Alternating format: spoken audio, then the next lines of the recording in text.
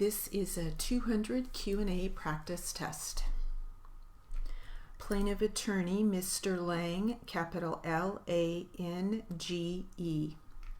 Defense attorney, Ms. M.S. period Adams, capital A-D-A-M-S.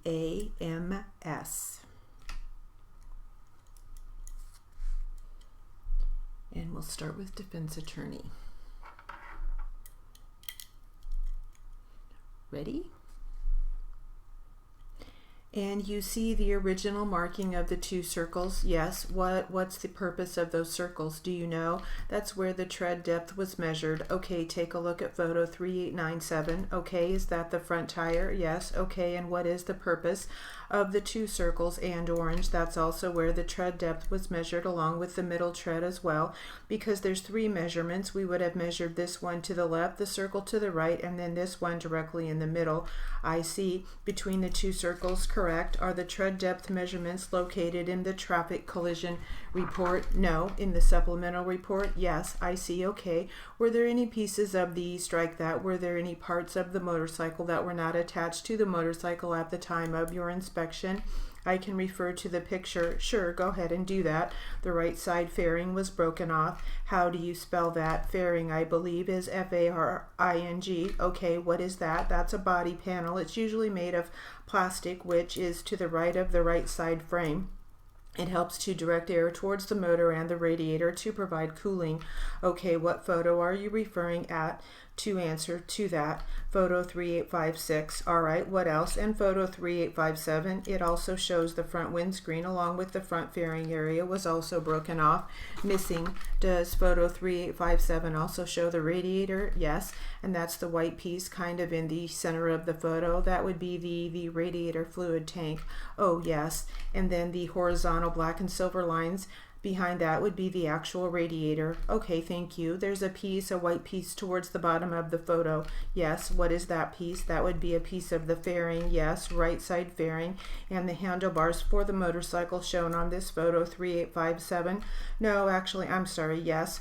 Where are they? They're on this motorcycle. There's two handlebars, a left side and a right side.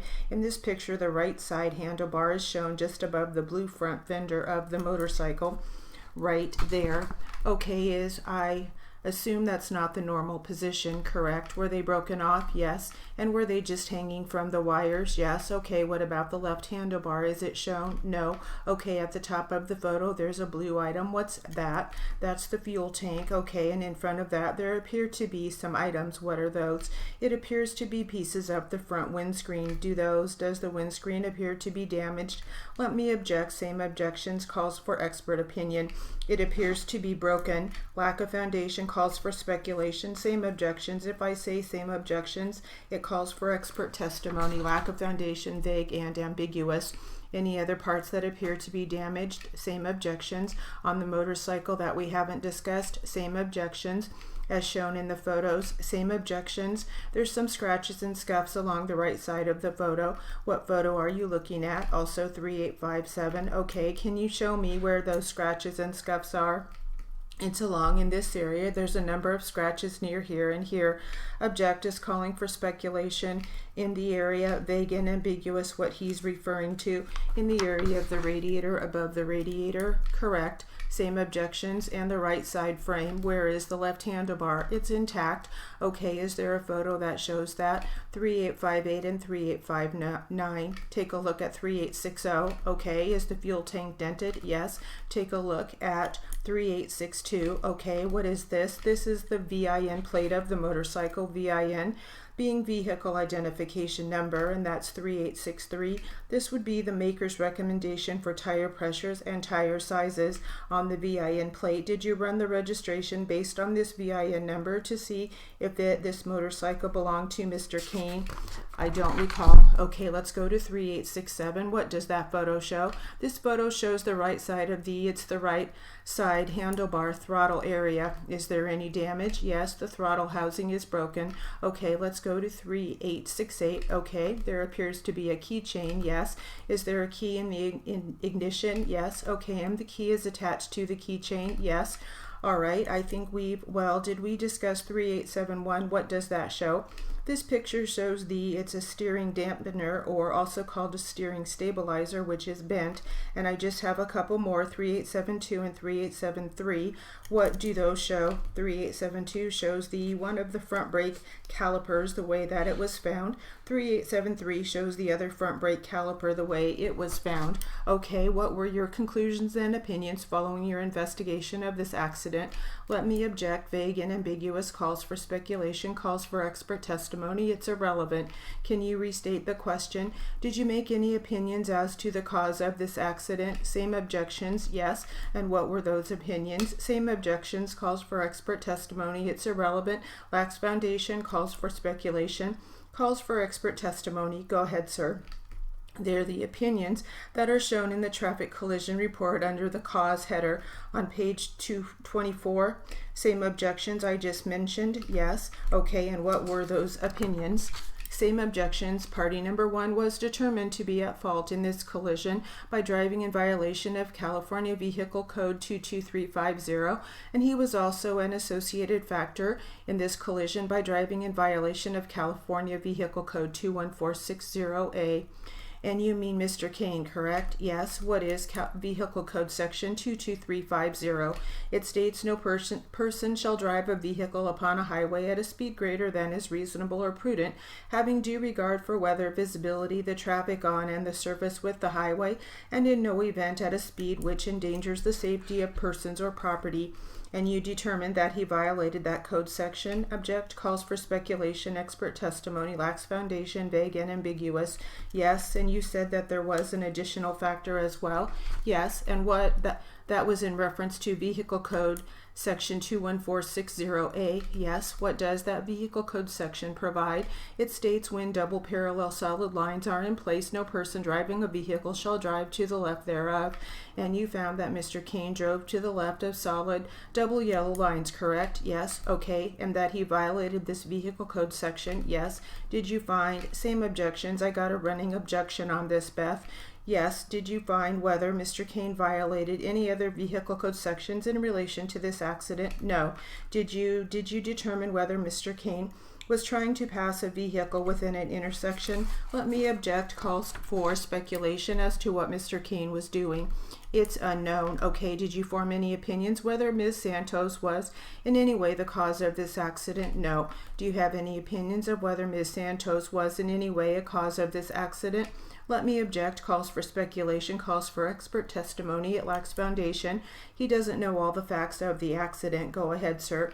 Can you restate it? Sure. Do you think Ms. Santos was at fault? That's the question. I'm making it simple, but I'm objecting to it. But go ahead and tell me. No. So Ms. Santos was not the cause of the accident. Is that correct? Same objections. Correct. Okay, I think I'm going to pass for now, but I reserve my right to ask some follow-up. I just want to look at my notes. That's fine. Are you okay to go on?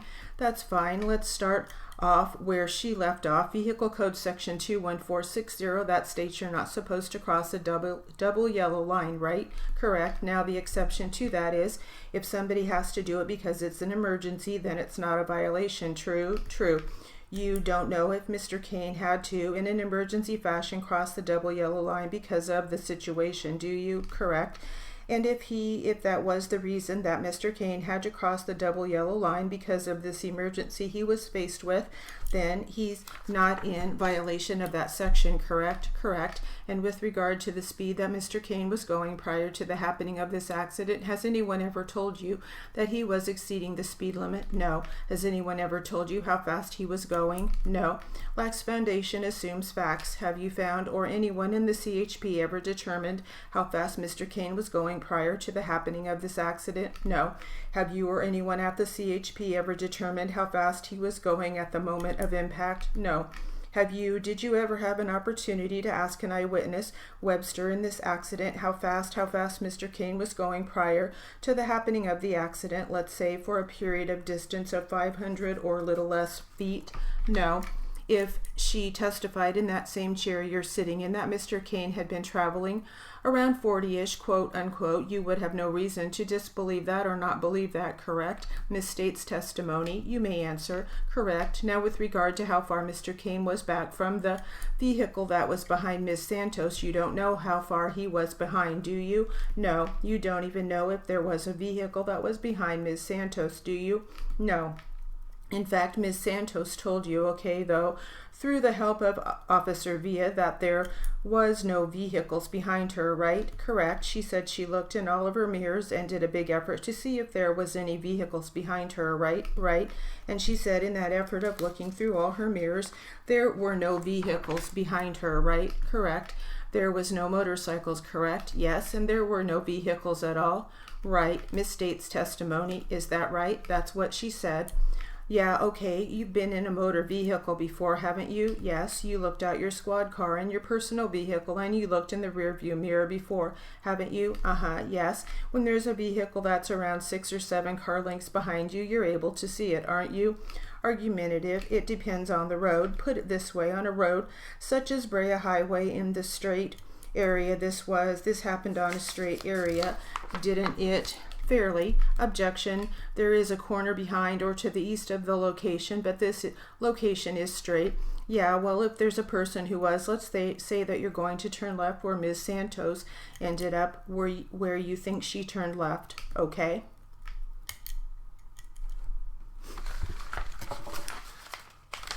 All right, the word list. Vehicle identification number. Capital VEHICLE,